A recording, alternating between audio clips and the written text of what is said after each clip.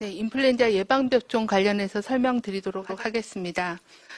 질병관리청은 인플루엔자 예방접종 후 중증 이상 반응 신고 사례가 증가함에 따라 예방접종 피해조사반과 예방접종 전문위원회를 개최하여 그간의 역학조사 결과를 검토하고 안전한 예방접종 방안에 대해서 논의를 하였습니다.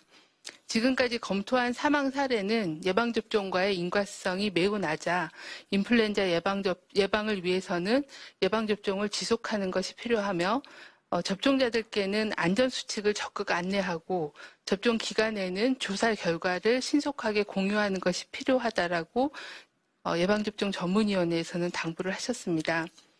먼저 인플루엔자 예방접종 이상반응 신고 현황에 대해서 설명드리겠습니다. 올해 인플루엔자 백신 접종 후에 이상 반응은 총 1,154건이 신고되었습니다. 아직까지는 예방접종과의 인과성이 확인되지 않은 신고 사례입니다.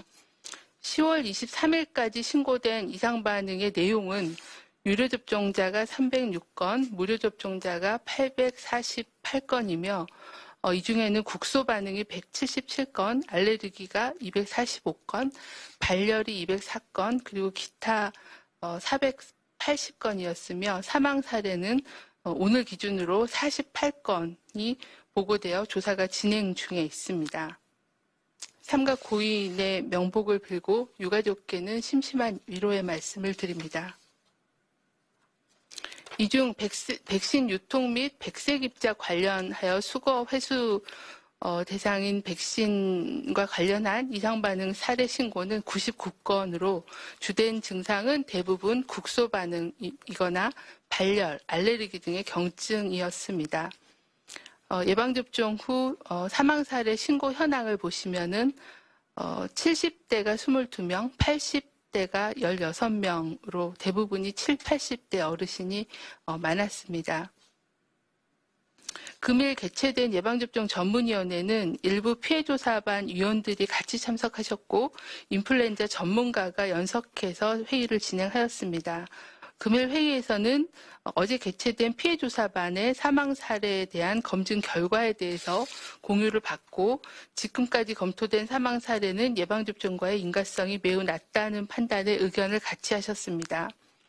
피해조사반은 인플루엔자 예방접종 후 중증 이상 반응은 24시간 내에 급성으로 증상이 나타나는 아나필락시스가 대표적으로 피해조사반이 개별 사망 사례별로 검토한 결과 시간적인 근접성이나 기저질환 또는 부검 결과 등 사망에 이를 수 있는 다른 요인들을 종합적으로 판단할 때 검토한 26건 사례 모두 사망과 예방접종과의 직접적인 인과성은 매우 낮은 것으로 판단하였습니다.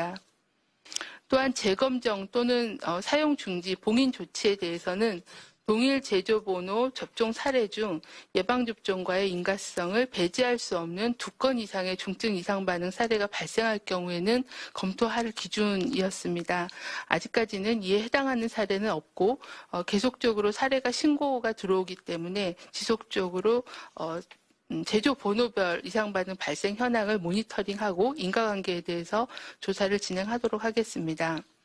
현재까지 사망 사례들을 검토할 때 백신 재검정이나 국가 예방접종 사업을 중단을 고려할 단계는 아니며 올해는 코로나19 유행 상황하에 동시 유행 등 백신 접종이 매우 중요한 해로 안전수칙을 강화하여 접종 사업을 지속하는 것이 좋겠다는 의견을 모았습니다.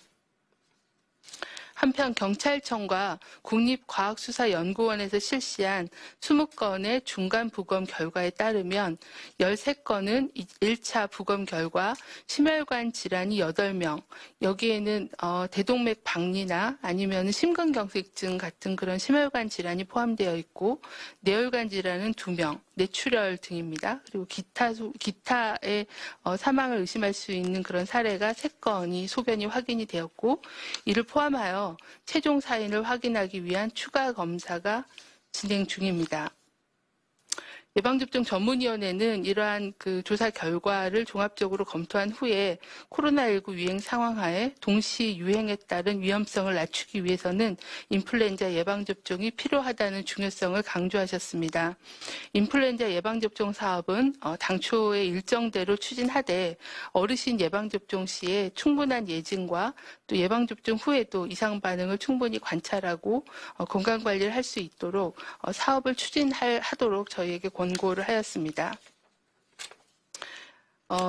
올해 인플루엔자 유행 수준은 예년보다 인플루엔자 유행 수준이 아직은 낮은 상태이고 유행 시기가 조금 더 늦어질 가능성이 높은 상황이므로 예방접종을 너무 서두르기보다는 안전한 예방접종을 실시하는 게 필요한 상황입니다.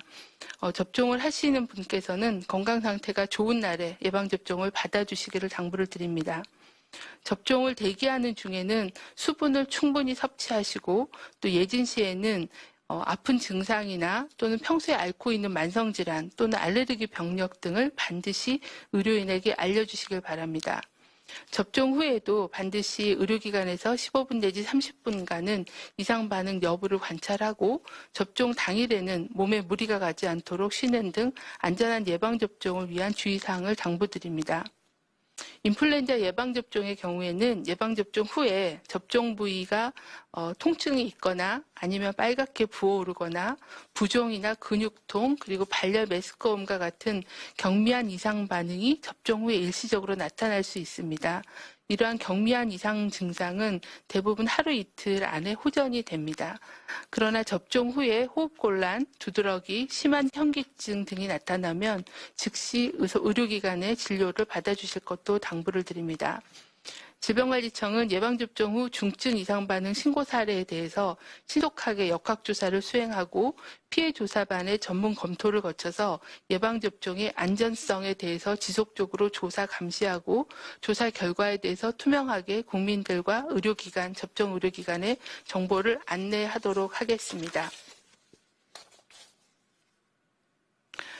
인플루엔자 국가 예방접종 진행 과정에서 백신 유통과 또 백색 입자 등의 문제점이 발생하고 또 최근 들어서는 중증 이상 반응, 사망 신고가 증가함에 따라서 국민들의 불안함이 더욱 커진 점에 대해 방역 당국의 당사자로서 매우 송구하다는 말씀을 드립니다. 신속한 조사를 통해서 원인에 대한 규명을 하고 또 올바른 정보를 알리는 데 더욱 노력을 하겠습니다. 다만 저희가 매일 공개하는 예방접종 후 이상 반응 신고 사례는 아직까지는 예방접종이나 백신과의 연관성이 밝혀지지 않은 신고 통계입니다.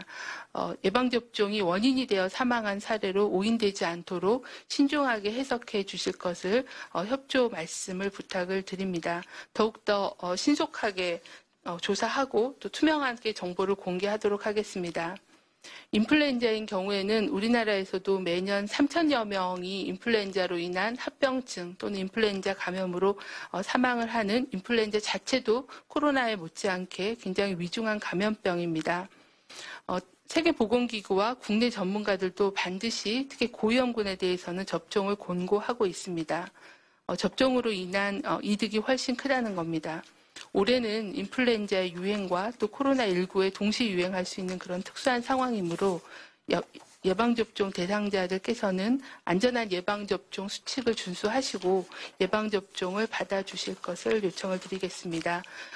저희 방역당국도 국민들의 불안과 의혹이 신속하게 해소될 수 있게끔 신고된 사례들에 대해서 면밀하게 조사하고 또 전문가들과 집중적으로 검토를 해서 예방접종으로 인한 문제점인지 인과성이 있는지 또 어떠한 문제들이 있는지를 적극적으로 살피고 필요한 조치를 취하면서 국민과 또 의료인들께 신속하고 투명하게 정보를 소통하도록 더욱더 노력을 하겠습니다. 네, 지금부터 질의응답 시간 갖겠습니다. 배석하신 전문가 소개드리겠습니다. 김준곤 서울의대 명예교수, 현재 예방접종 피해조사 반장으로 있습니다. 그러면 사전에 출입기자단으로부터 받은 질문 먼저 드리겠습니다. 여러 가지 주셨는데 순서를 조금 조정해서 질문 드리겠습니다. 첫 번째 질문입니다. 백신 접종 후에 사망하신 분들의 사망 원인이 백신과 연관이 없다면 어떤 원인으로 사망에 이른 것인지, 사인을 어떻게 결론을 낸 것인지 궁금하다는 질문이 있습니다. 이 질문은 김중곤 혹시 보충 설명 있으실까요? 네, 제가 조금 그 보충 설명을 드리겠습니다. 현재 저희가 26명까지는 이제 피해조사반에서 검토를 종료를 했고, 더 추가로 어제 오늘 신고 들어오신 분들에 대해서는 보건소가 기초조사, 그리고 시도가 역학조사를 진행해서, 정보를 정리해서 다시 피해조사반 회의를 정기적으로 개최해서 판단을 하게 됩니다. 저희가 이제 두 가지를 검토를 하게 됩니다. 하나는 사망이나 중증 이상 반응이 백신하고의 인과성이 있느냐라는 거를 먼저 판단을 하게 됩니다. 근데 말씀드린 것처럼 인플루엔자 백신의 잘 알려진 중증 이상 반응은 아나필락시스로 인한 조기 사망, 그러니까 그 접종 받고 24시간 이내에 사망하는 것을 얘기하는 거고요. 두 번째는 길렌바레 증후군이 중증 이상 반응이고 길렌바레 증후군으로 인해서는 약 5% 정도가 사망에 이른다라고 알려져 있습니다. 그래서 이 두 가지의 그 중증 이상 반응 여부를 판단을 하게 됩니다. 이걸 판단을 할 때는 아나필락시스인 경우에는 백신 접종을 맞고 이상 반응의 증상이 생길 때까지 시간적인 그런 연관성과 시간에 대한 부분과 또 어떤 증상으로 어떻게 발현했는지에 대한 임상 증상을 가지고서 따지게 되고, 길렌바레 증후군의 경우에는 보통 접종하고 2, 3일 이후에 서서히 근력 마비부터 증상이 시작되기 때문에 조기에 이렇게 사망의 형태로 나타나지는 않은 상황이어서 주로 아나필락시스로 인한 사망의 여부를 중점적으로 검토를 하게 됩니다. 그렇게 판단을 했을 때는 이번에 검토했던 26건이 백신과의 인과성, 직접적인 인과성은 극히 낮다라는 게 위원님들의 판단이셨습니다. 하지만 그 백신과의 인과성과는 조금은 다르게 사망 원인에 대해서는 조금은 이제 다른 형태로 조사가 진행이 되는 상황입니다. 그래서 사망 원인이 불분명하다는 것과 백신과의 어떤 인과성이 있다는 거는 조금은 다른 그런 판단이라는 거를 설명을 좀 드리도록 하겠습니다. 네. 네. 이어지는 일부 답변이 기이된 부분이 있습니다. 기자님 질문 주신 내용이 1차 부검 결과 백신과의 연관성이 없다는 판단을 하게 된 근거에 대한 구체적인 설명과 또 1차 부검에서 어떤 증상이 발견돼야지 백신 연관으로 볼 수 있는 것인지 질문을 하셨습니다. 예를 들어 심혈관 질환인 경우에 심혈관 문제인지 백신으로 인한 것인지 판단이 가능한지 질문을 하셨습니다. 그리고 1차 부검 후에 추가 검사가 필요한 사례는 어떤 이유인지 두 가지 질문입니다. 네, 제가 법의관이 아니어서 부검에 대해서는 상세하게 답변 드리기는 어렵지만 저희 피해조사반에 법의관이 들어와서 의견을 같이 검토하고 계시는 상황입니다. 1차 부검이라고 하는 거는 일단 육안적으로 봤을 때 육안적으로 뭔가 사망의 원인이나 이렇게 명백한 그런 질병이 있는지를 주로 확인을 하게 되는 거고, 이제 그것만으로는 사인을 명확하게 단정짓기 어려운 경우들이 있기 때문에 그런 경우에는 추가적인 조직학적인 검사나 아니면 혈액 검사나 굉장히 다양한 그런 검사를 통해서 그 검사와 육안적인 그런 1차 부검 결과를 취합해서 최종 그 판단을 하게 되는 그런 절차로 진행되는 걸로 알고 있습니다. 1차 부검에서 저희가 말씀드린 대로 한 20명 중에서 13명 정도가 어느 정도 부검 소견을 보내주셨고, 그중에 6건 정도는 명백하게 사망 원인을 1차 부검으로도 확인할 수 있는 정도의 사망 원인이 있다라고 의견을 주신 사항입니다. 그거는 말씀드린 대로 대동맥 박리래거나 아니면은 뇌출혈이래거나 하는 그런 명백한 그런 사망을 이를 정도의까지 어떤 질병을 확인하는 그런 경우들이고요. 2차 부검인 경우에는 그거 플러스 아까 말씀드린 조직학적인 검사나 혈액 검사 같은 거를 종합적으로 판단을 해서 최종 판단을 하는 그런 과정이라고 말씀드릴 수 있겠습니다. 백신으로 인한 것인지에 대한 판단은 대부분은 그 접종 부위에 뭔가 발적이 있고 그 염증 같은 게 있어서 그걸로 인해서 뭔가 증상이 촉발되었는지 그런 것들을 살피신다고 하셨고요. 또 백신으로 인한 면역 그 부작용으로 인한 거를 확인하는 그런 검사 등을 일부 진행해서 판단을 하는데 백신으로 인한 사망을 부검에서 특정하기는 어렵습니다. 이거는 대부분 그 명백한 이제 백신 이외의 다른 사망 원인에 대한 것들을 판단을 하고 아까 말씀드린 그런 몇몇 가지 소견들을 가지고서 종합적으로 판단을 한다라고 설명을 드리도록 하겠습니다. 네, 다음 질문입니다. 피해 조사반에서 백신 접종을 지속해야 한다고는 했지만 여전히 국민들은 불안감을 호소하고 있는데 이를 해소하기 위한 대책이 있다면 설명을 해달라 하셨습니다. 일단은 그 불안감에 대해서는 저희가 좀 더 신고된 사례에 대해서 신속하게 조사하고 또 정부만이 아니라 관계기관, 관계 분야의 전문가들과 이거를 투명하게 검토하고 또 그 결과에 대해서 지속적으로 설명드리는 게 가장 중요하다고 생각합니다. 또한 국민들께 뿐만이 아니라 접종을 담당하고 있는 접종 의료기관이나 의료계에도 이런 정보들을 지속적으로 공유해서 의학적인 그런 판단을 해서 그 접종하는 기관들 또는 국민들께서 그 불안감을 줄일 수 있게끔 신속한 조사와 투명한 공개 그리고 전문가들의 어떤 소통과 검토 이런 부분들이 가장 현 시점에서는 가장 중요하다라고 판단하고 있습니다. 네, 다음 질문입니다. 사망 사례와 백신 접종 간의 인과관계가 낮다는 결과가 나왔지만 올해 백신 접종 후에 사망을 신고한 사례가 늘어난 이유에서는 아직 명확한 답변이 나오지 않았다 기자님 설명했습니다. 국민 불안을 키운 원인 중 하나라고 판단이 되는데 청에서는 올해 사망 신고 사례가 급증한 원인이 무엇이라고 보는지 설명해 달라졌습니다. 올해는 인플루엔자 백신 관련해서 굉장히 많은 그런 이슈가 있었습니다.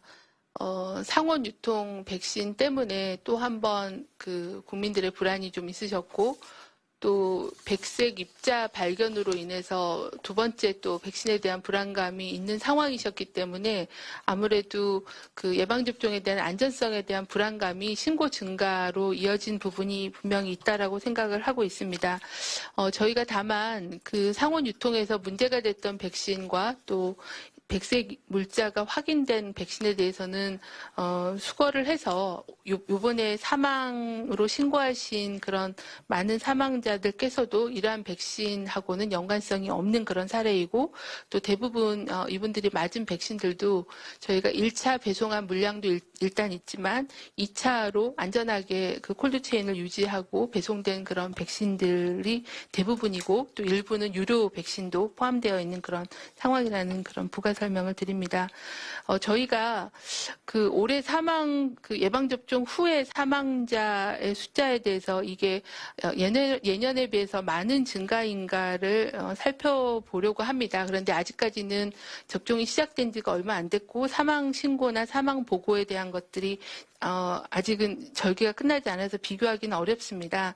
작년에 저희가 그 인플루엔자 예방접종을 하고 7일 접종을 받고 7일 이내에 사망하신 사망자 숫자를 다른 나라들도 이거를 구분을 합니다. 그러니까 미국 같은 경우도 예방접종 후에 7일 이내에 사망했다라는 사망률 자료를 내고 있는데 미국의 2013년 자료에도 보시면 65세에서 74세는 백신 접종 10만 명당 11.3명, 75세 이상에서는 백신 접종 10만 명당 23.2명 정도가 사망을 하는 걸로 그렇게 보고를 하고 감시를 하고 있습니다.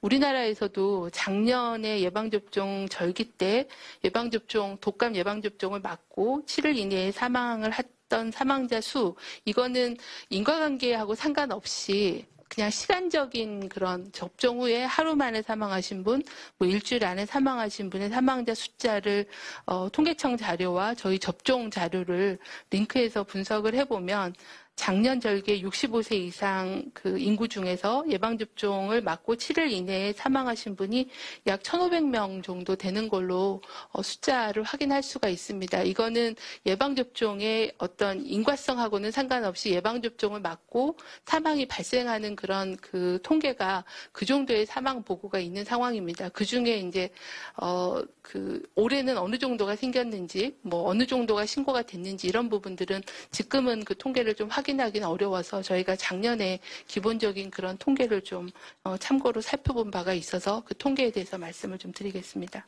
네. 다음은 대한의사협회 관련된 질문 주셨습니다. 대한의사협회의 백신 접종 일주일 유보 권고 이후에 실제 백신 접종 업무를 중단한 의료기관이 얼마나 되는지 파악한 내용이 있다면 설명해 달라는 질문 주셨습니다. 그리고 통계 이외에도 또 접종을 중단한 것이 의료법상 진료 거부 행위로 볼 수 있는지도 설명해 달라셨습니다. 네, 저희가 이제 의협에서 백신 접종을 일주일 정도 유보하고 조사를 하는 거에 대해서 말씀 주신 걸 저희도 잘 봤습니다. 의협 입장에서도 인플루엔자 예방 접종은 매우 중요하다라고, 그리고 예방 접종을 중단하는 하지 말자라는 의미가 아니라 어느 정도 인과관계나 이런 부분들이 좀 더 조사가 되는 거를 신속하게 보고 판단하자는 그런 의미로 저희는 해석을 하고 있습니다. 현재 저희가 그 여러 가지 조사 결과 또는 그 임상적인 그런 정보들을 의사협회 그리고 또 접종을 하는 그런 그 접종 기관들 그리고 또 전문가들께도 이러한 내용들을 좀 공유하고 그 상황에 대한 인과관계를 좀 판단하실 수 있는 그런 소통을 하고자 합니다.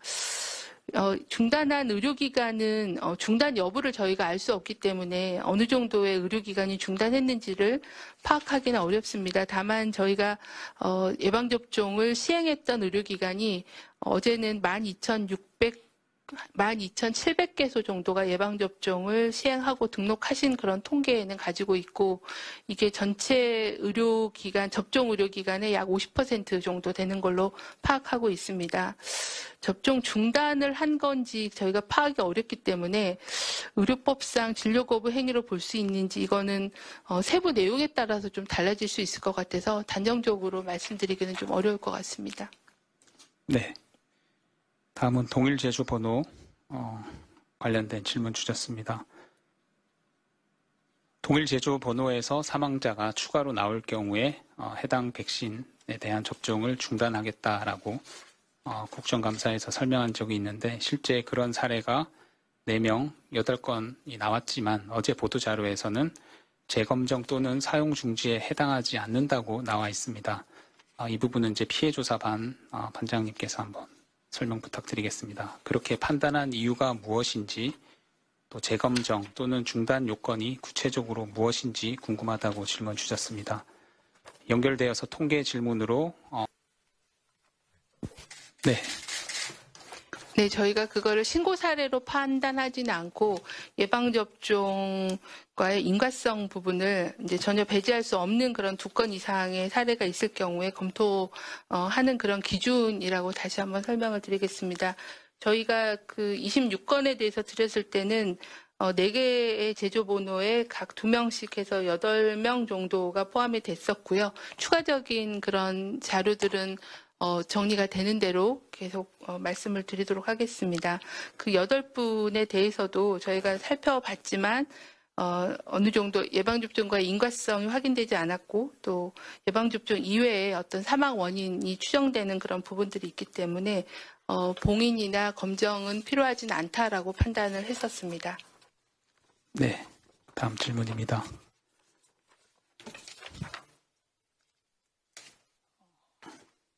네, 그 Q4번 질문 드리도록 하겠습니다. 백신 접종 후에 사망자 신고가 지금처럼 늘어나는 것이 의학적 또 통계적으로 일반적인 상황이라고 보는 것인지 궁금하다고 질문 주셨습니다. 백신 접종을 거부하는 백신 포비아가 확산할 우려가 있는데 이를 어떻게 대처할 계획인지 궁금하다고 질문 주셨습니다. 네, 아까 사망 신고가 늘어나는 거에 대해서는, 이유에 대해서는 좀 설명을 드렸습니다. 이게,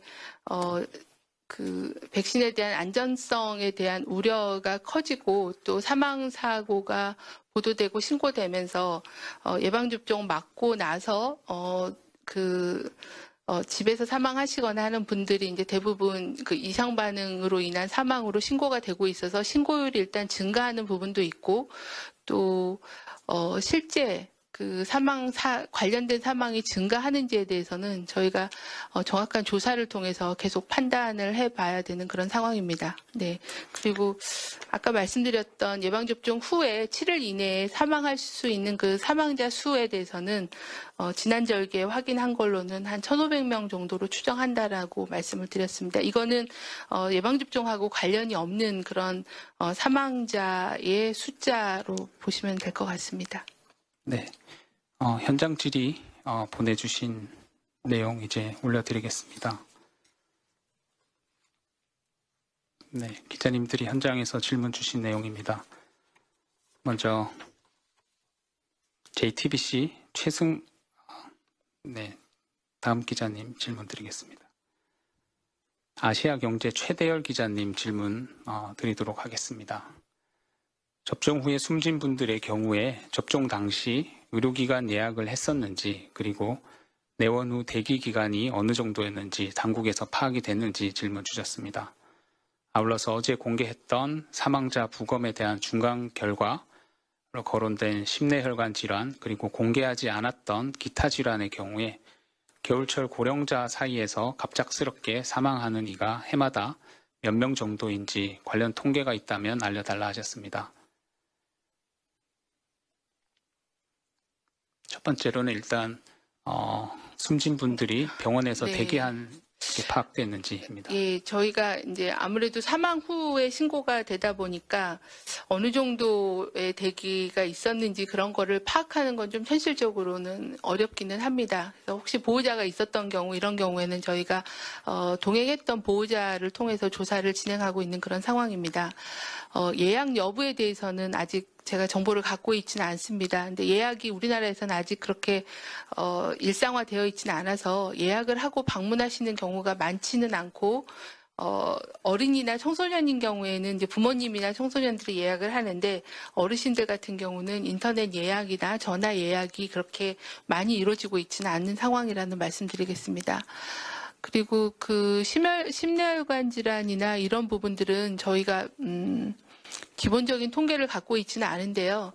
일반적으로 겨울철에는 온도가 기온이 내려가면서 심내혈관 질환으로 인한 사망이 증가하는 게 사실입니다. 그래서 혈관이 수축하기도 하고 또 갑작스러운 그런 온도 변화에 따라서 뇌혈관이나 심혈관 질환으로 인한 사망자가 겨울철에 많은 게 일반적이기는 합니다. 그래서 부검으로 인해서 확인된 그 경우는, 질문이 아마 그냥 겨울철에 심내혈관 질환 사망 통계를 물어보시는 것 같으면 저희가 그거는 좀 통계청의 사망 원인을 월별로, 연령별로 확인을 해서 기본 자료로 제공을 해드려야 될 것 같습니다. 네. 네.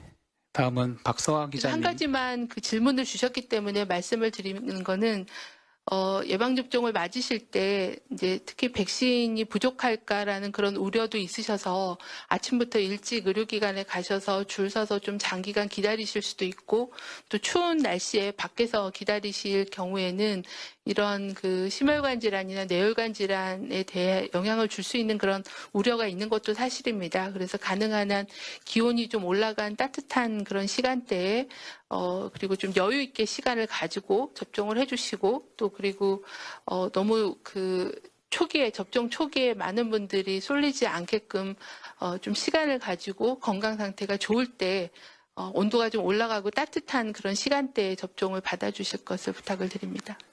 네. 구체적인 통계 수치와 관련해서는 현장에서 답변이 어려운 경우에 관련 팀 통해서 확인을 해서 답변 드리겠습니다. 강원일보 박서아 기자님도 통계에 관련된 질문 주셨습니다. 올해 9월부터 10월 24일까지 독감 백신 접종한 사람 수와 또 연령대별 이상 반응 신고, 또 지난해 동기와 비교했을 때의 현황을 비교해 달라고 하셨습니다. 이 부분은 저희가 통계 자료를 확인을 해서 관련 팀을 통해서 정리가 되면 설명드리겠습니다. 네, 어제 기준으로 접종 통계만 말씀을 드리면 10월 23일 날 기준으로 저희 예방접종 현 등록 사업으로 등록된 예방접종 건수는 1,427만 건이 예방접종을 맞으셨습니다. 이 중에는 국가 예방접종 대상자가 941만 명이 접종을 받으셨고요. 유료 접종으로 저희에게 신고해 주신 경우가 486만 건이 여기에 포함되어 있습니다. 12세 이하의 어린이인 경우에는 약 334만 명이 접종을 완료해서 전체 접종 대상자 중에 70%가 접종을 완료를 하였습니다.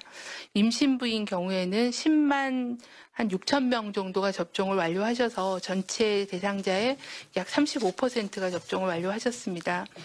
13에서 18세 청소년의 경우에는 141만 명이 접종을 해서 약 50%의 접종률을 보이고 있고 10월 19일부터 시작한 어르신의 경우에는 423만 명이 접종을 완료하셔서 39.8%가 접종을 하셨습니다. 근데 이제 저희가 접종을 70세 이상부터 접종을 시작을 했기 때문에 연령군별로 좀 나눠보면은 70세 이상 어르신인 경우가 374만 명이 맞으셔서 전체 접종 대상자 중에 66%의 어르신이 일주일 동안의 접종을 완료를 하신 상황입니다. 아직은 62세에서 69세까지는 접종 일정이 아니기 때문에 약 50만 명 정도가 맞으셔서 대략 10% 정도의 접종률을 현재 보이고 있는 그런 상황입니다. 이상 반응의 연령대별 이상 반응은 저희가 조금 지금 제가 정보를 갖고 있지 않아서 추가로 좀 정리를 해서 연령대별 이상 반응 신고 건수 그리고 접종 건수 대비 이상 반응 건수 이런 거는 좀 더 통계로 정리를 해서 추가적으로 자료를 드리도록 그렇게 하겠습니다. 작년과 대비해서 어느 정도 늘었는지에 대한 건데요. 저희가 작년에는 이제 13에서 18세 그리고 중학교 1학년인 경우에는 작년에는 국가 무료 접종 대상이 아니었기 때문에 그 부분은 이제 올해 신규로 접종이 증가된 그런 상황이 있고요. 어르신들 같은 경우는 저희가 일주일째 통계를 비교해 보지는 못했습니다. 그런데 초기 이틀 예방접종이 시작한 초기 이틀 월요일하고 화요일을 비교한 통계는 제가 봤는데요. 올해 저희가 한 290만 명 정도가 290만 명 정도가 3일째 맞았었고 작년에 비해서는 한 100만 명 정도가 일찍 맞으신 걸로 그렇게 추계를 하고 있습니다. 아무래도 백신이 부족하다라는 그런 우려들이 또 같이 있으시면서 접종 초기에 이제 많이 접종을 좀 받으신 게 아닌가 그렇게 판단을 하고 있습니다. 네, 다음은 유지스 국무서 기자님 질문입니다. 전문위원회의 인적 구성 현황이 궁금하다는 질문입니다. 개인정보는 공개하지 않더라도 이분들의 직종이나 전공을 알려달라고 하셨습니다. 네, 예방접종 전문위원회는 일단 의료인들이 있습니다. 주로 소아 감염, 그리고 내과 이렇게 해서 주로 이제 의료인들이 다수 있으시고요. 그 다음에 그러니까 시민을 대표해서 소비자 단체의 대표도 들어와 계시고요.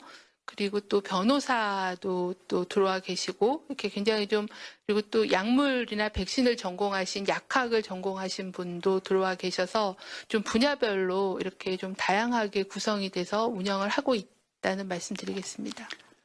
네, 다음은 히트뉴스 강승지 기자님 질문 주셨습니다. 피해조사 반장께서 설명한 내용이긴 한데 질문 2가지 주셨습니다. 사망 사례 2건 이상 동일 제조 번호에서 예방접종과 인과관계로 밝혀져야지 재검정 또는 봉인을 검토하겠다라는 조건을 설명을 했는데 중증 이상 반응만 나와도 검토가 필요한 것은 아닌지 다시 질문하셨습니다. 그리고 2번째 질문은 이번 국가예방접종 사업이 사가 백신으로 바뀌면서 40에서 60으로 항원량이 증가한 것도 이번 중증 이상 반응 사례 신고가 늘어나는데 영향이 있었던 것인지 그리고 향후에 연구할 계획이 있는지 질문 주셨습니다.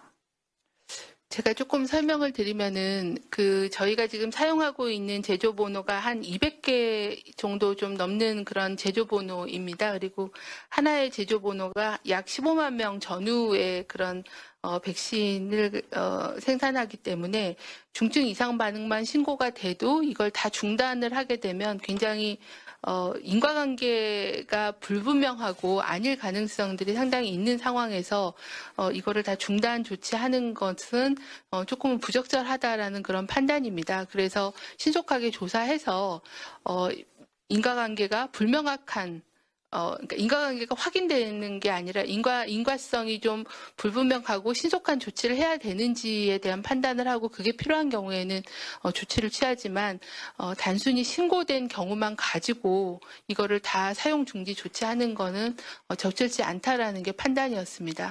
그 부분도 계속 그 상황을 모니터링하면서 보도록 그렇게 하겠습니다. 그리고 사카 백신 바뀐 거에 대해서는 조금은 이제 의학적인 판단이긴 한데요. 저희가 사카 백신이 도입이 된 지가 몇 년, 물론 이제 국가예방접종 대상으로는 사카 백신이 올해 처음 도입이 됐지만 작년, 재작년에서부터도 사카 백신이 민간 접종에서는 계속 쓰이고 있고 우리나라만이 아니라 전 세계적으로 사카 백신이 상당수 많이 사용이 되고 있기 때문에 그런 항원량의 증가만 가지고 이상 반응이 늘어나는지에 대해서는 아직은 근거는 부족하다고는 생각을 합니다. 이 부분에 대해서도 이번에 비교를 해보고 그리고 만약에 그랬다고 하면 작년에 예방접종 이상 반응이 3가보다는 4가 백신을 맞은 쪽에서 이상 반응 신고가 더 많았어야 될 텐데 그렇지는 않기 때문에 가능성은 굉장히 낮고 이 부분에 대해서도 지속적으로 전문가들 의견을 듣도록 하겠습니다. 네, 다음 질문입니다. 한국경제 이지연 기자님도 동일한 제조번호와 관련된 질문 주셨습니다. 한 제조번호에서 사망 사례가 4명 나온 사례도 있었는데 이 사례는 원인 조사가 어느 정도 이루어졌는지 또 접종자는 몇 명인지 현재 설명 가능하신지 질문 줬습니다. 저희가 어제 오늘 신고 들어온 거는 지금 정보를 계속 그 지자체로부터 받아서 검토를 하고 있어서요. 제가 지금 그 정보를 갖고 있지는 않습니다. 신속하게 검토하고 말씀을 드리겠습니다. 네. 다음은 JTBC 최승훈 기자님 질문입니다.